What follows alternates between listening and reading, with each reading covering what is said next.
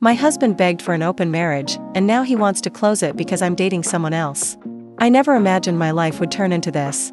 I'm 35, a stay-at-home wife, and I've been married to Brian, who's 39, for 7 years. We'd always planned for me to stay home while we tried for kids, and I thought we were happy. But a few months ago, Brian completely blindsided me. He said he wanted to have a serious talk, and I thought maybe it was about starting a family. Instead, he told me he wanted to open our marriage. He framed it as a way to explore and grow, but I felt like the ground beneath me crumbled. I told him I wasn't comfortable with it, but he kept pushing. He said things like, "You're being too traditional, and this is how healthy modern relationships work." When I didn't agree right away, he escalated. He said maybe I was too dependent on him and even mentioned divorce. I felt trapped. I had no job, no savings, and nowhere to go. I gave in because I didn't feel like I had a choice. Not even a week after our agreement, Brian started going out more. He put extra effort into his appearance, bought new clothes, and was always on his phone. I tried to convince myself that I could handle this, but I felt sick every time I saw him smiling at his screen. I eventually found out he was pursuing a younger coworker, Lily, who's 27. They'd been messaging a lot, and Brian even took her out on a couple of dates. I overheard him talking to her on the phone, laughing like I hadn't heard him laugh with me in years. It broke me, but I stayed quiet. I didn't want to come across as bitter. Lily, however, wasn't as on board with this arrangement as Brian thought. On their second date, he decided to come clean and tell her about the open marriage. She didn't take it well. She told him she wasn't comfortable dating a married man, even if it was allowed, and she ended things. Brian came home that night frustrated and short-tempered, but he didn't tell me why. Meanwhile, I was sinking further into despair. I felt so disconnected from my own life. I'd given everything to this marriage, my time, my energy, my dreams of building a family, and now it felt like none of it mattered. I kept thinking, why is he allowed to be happy while I'm miserable? My best friend Hannah eventually snapped me out of it. She told me I couldn't just sit at home and let him have all the control. At first, I resisted the idea of dating. It felt wrong, like I was betraying my vows, even though he'd already shattered them. But the more I thought about it, the angrier I got. Why was I playing the martyr? Hannah set me up with James, a friend of her brother's. He's 32, a couple of years younger than me, and honestly, gorgeous. I didn't expect much going into the date, but he surprised me. He was sweet, respectful, and genuinely interested in me. For the first time in months, I felt like a person instead of just Brian's wife. We've gone out a few more times, and I'm starting to feel like I'm waking up from a long nightmare. James treats me in a way I haven't been treated in years. He listens, he's thoughtful, and he makes me feel attractive and valued. I'm not rushing into anything, but it's nice to feel like I matter again. Brian, of course, noticed. He started asking more questions about where I was going and who I was with.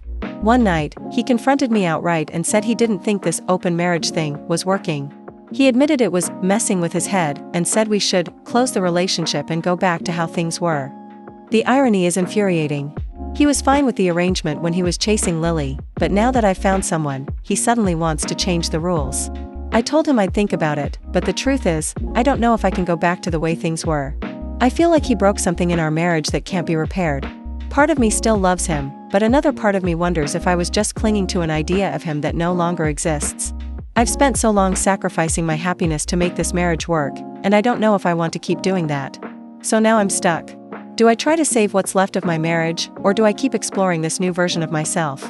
I feel torn, but for the first time in a long time, I feel like I have options. Update. Things have been tense ever since Brian suggested closing the marriage again. When I told him I didn't think it was a good idea, he didn't take it well. He tried to guilt me, saying I was choosing some fling over our years of commitment, but I didn't cave. I told him that he was the one who wanted this arrangement, and now I was just trying to navigate it in a way that felt fair. Since then, our relationship has felt like a Cold War. He's been distant, and when he does talk to me, it's either overly sweet and apologetic or passive-aggressive. It's exhausting. He's tried to win me back by making grand gestures, flowers, surprise dinner plans, but it all feels hollow. I can't forget how quick he was to push for the open marriage in the first place. What really stung, though, was when he started dating someone new. He met her at a bar, and she's, of course, much younger. Her name is Megan, and she's 23. I know because he made sure to tell me. He said something like, "You're not the only one who can find someone new." It was obvious he was trying to make me jealous. At first, I ignored it. Let him do whatever he needs to feel better about himself. But then Megan started coming around. Brian invited her over to the house, our house, and I could feel the shift in power.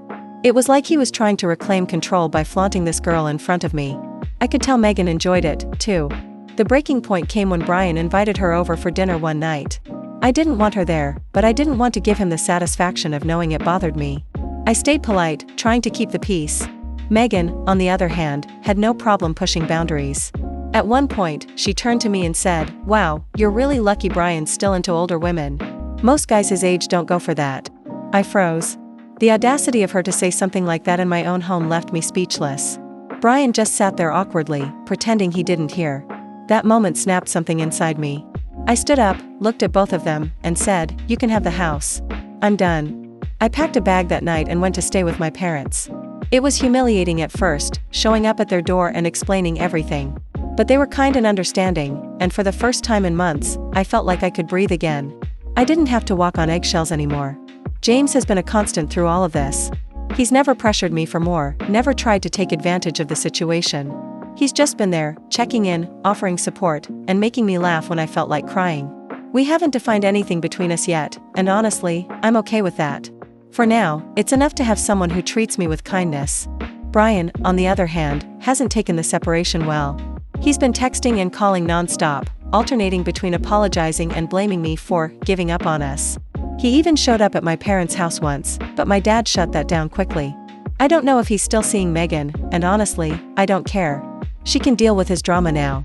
As for me, I'm finally starting to see a future that doesn't involve walking on eggshells or sacrificing my happiness to make someone else feel secure. I'm taking it day by day, but for the first time in years, I feel free. Update 2. After leaving Brian and moving back in with my parents, I finally felt like I could breathe again.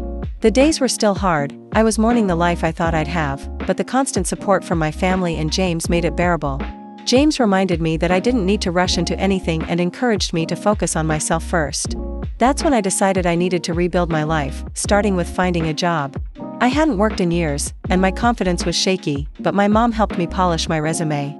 I eventually landed a receptionist position at a small but busy medical office. It wasn't glamorous, but it gave me something I hadn't felt in a long time: independence. Earning my own paycheck and interacting with people outside of my personal drama was empowering. It was a small step, but it felt monumental. Meanwhile, Brian's attempts to reconcile became increasingly desperate. He called and texted constantly, alternating between begging me to come back and accusing me of being the one who destroyed our marriage. When I didn't respond, he started sending petty messages about how happy he was with Megan. I didn't bite. I knew better by then. Things escalated when Brian sent me a message saying, "If you don't come back, don't expect a dime in the divorce." It was clear he was gearing up for a fight. At first, I felt panicked. I didn't have the resources to deal with a messy legal battle. But James and my dad reminded me that I didn't have to go through it alone. I found a lawyer who came highly recommended. She was sharp, experienced, and didn't take any nonsense. She assured me that Brian couldn't just cut me off financially, especially since I'd been a stay-at-home wife at his insistence. She also advised me to start gathering any financial records or evidence that might be relevant to the case. During the discovery process, my lawyer uncovered something interesting. Brian had been spending marital funds on his dates with Megan, and not just on dinners and drinks. There were receipts for expensive gifts and even a weekend getaway. My lawyer told me this was a big deal and could work in my favor during the settlement. Brian's reckless spending was about to backfire. When Brian found out that I had a lawyer and that his financial indiscretions were coming to light, he panicked. He tried calling me, saying, "Do we really need lawyers? Can't we just settle this ourselves?" I refused. I told him, calmly but firmly, that he'd made his bed, and now he had to lie in it. Megan, it turns out, wasn't thrilled about being dragged into the drama. When she found out Brian was fighting me over money and that he'd been using joint funds to impress her, she dumped him. I heard through mutual acquaintances that she called him pathetic and told him to grow up.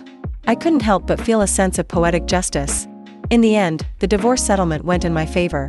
I got a fair share of our assets, including the house, which I planned to sell so I could start fresh. Brian was left with his reputation in tatters and a bitter realization that his attempts to manipulate me had only hurt him in the end. As for me, I'm in a much better place now. My job is going well, and I feel capable and confident in a way I haven't in years. James is still in my life, quietly supportive and understanding. We've started spending more time together, but we're taking things slow. For now, it's enough to have someone who truly respects me. Looking back, I realize Brian's actions broke me, but they also forced me to rebuild. And in doing so, I became someone stronger, someone who refuses to settle for less than she deserves.